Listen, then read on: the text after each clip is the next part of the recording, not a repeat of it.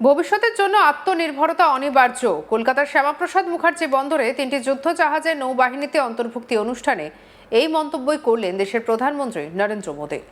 রবিবার 21শে জুন এই অনুষ্ঠানে অংশ নিয়ে মোদী বলেন, ভারত জানে শক্তি রক্ষায় সামর্থ্য আবশ্যক, সমৃদ্ধি রক্ষার জন্য সুরক্ষা আবশ্যক, আর ভবিষ্যৎ নির্মাণের জন্য আত্মনির্ভরতা জরুরি। আইএনএস দুনাগিরি, আইএনএস অগ্রয় এবং আইএনএস সংশোধক এই আত্মনির্ভরতার প্রতীক। এদিন প্রধানমন্ত্রী বলেন, আমাদের সামরিক শক্তি বিশ্বের জন্য বাজার হয়ে উঠতে পারে না। আমাদের শক্তির পরিচয় বিশ্ব বাজার হয়ে ওঠার মধ্যে নয়, বরং আমাদের আত্মনির্ভরশীলতার মধ্যে নিহিত। ভারত উৎপাদক হতে চায়। যেদিন আমরা উৎপাদক হব, সেদিন আমরা সিদ্ধান্ত গ্রহণকারীও হব। পাশাপাশি পূর্ব ভারতের এই বিকাশ কর্মসংস্থান বাড়বে বলেও দাবি করেন তিনি। কি বলেছেন শুনবো।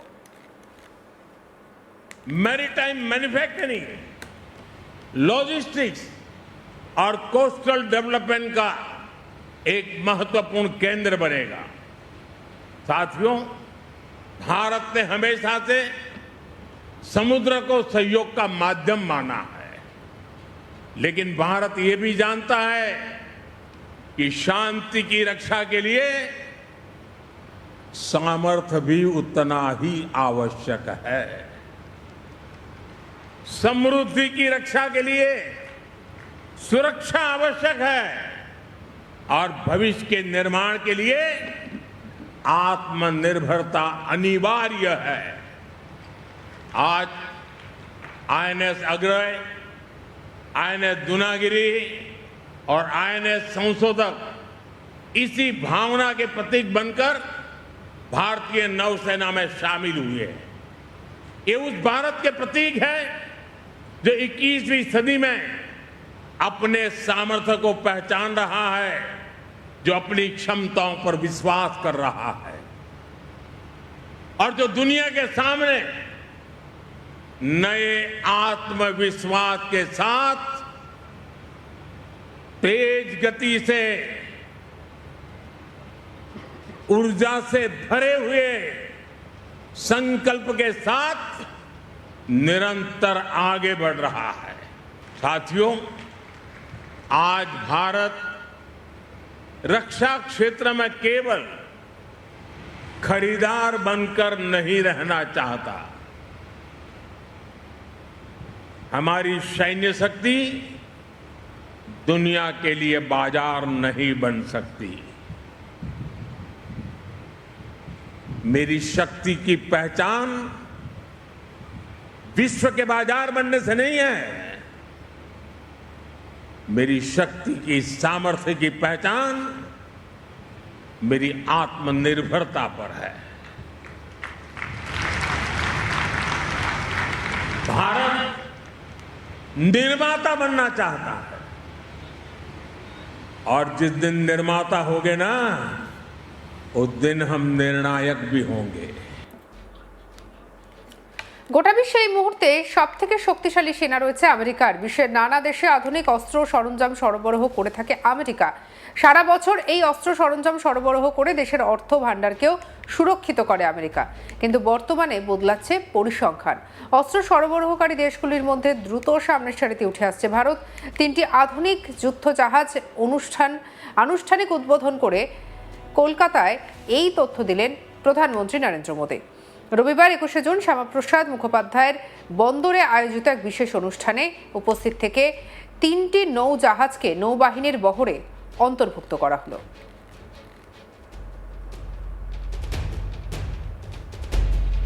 हम सभी को बेसब्री से इंतजार था। देवियों और सज्जनों, भारत की समुद्री यात्रा का यह एक अत्यंत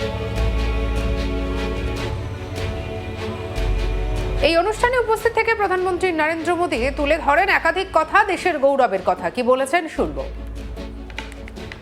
सरकार बनने के बाद हमने स्थिति को बदलने का संकल्प लिया।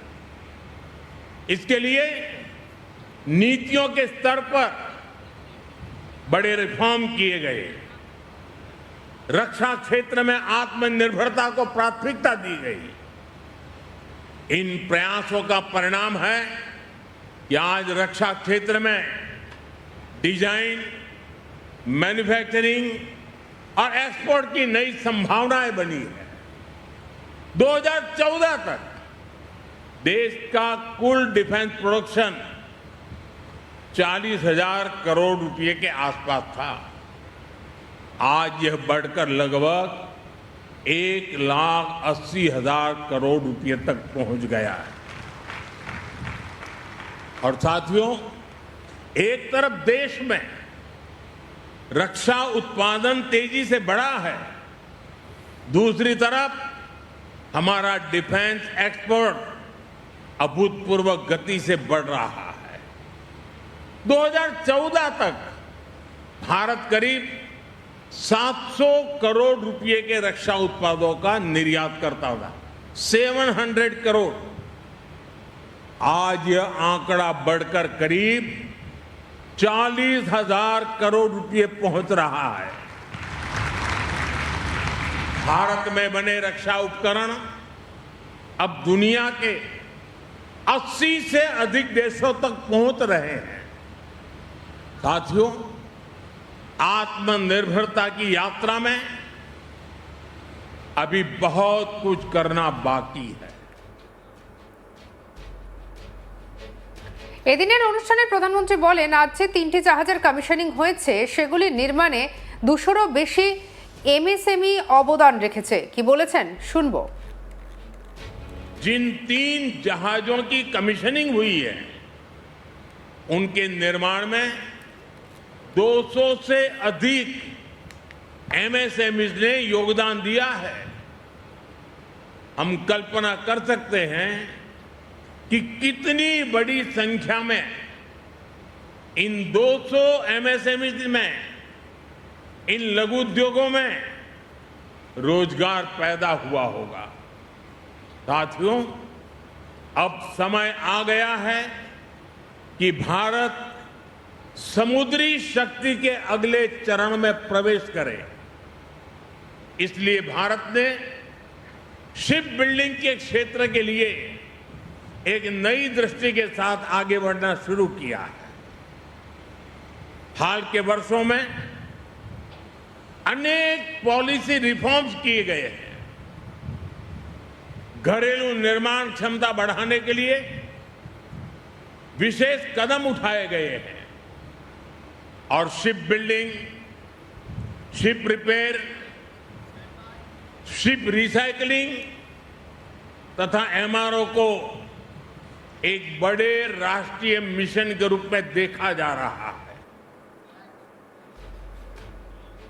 সঙ্গে রাখুন আজ তাক বাংলাকে সাবস্ক্রাইব করতে ভুলবেন না।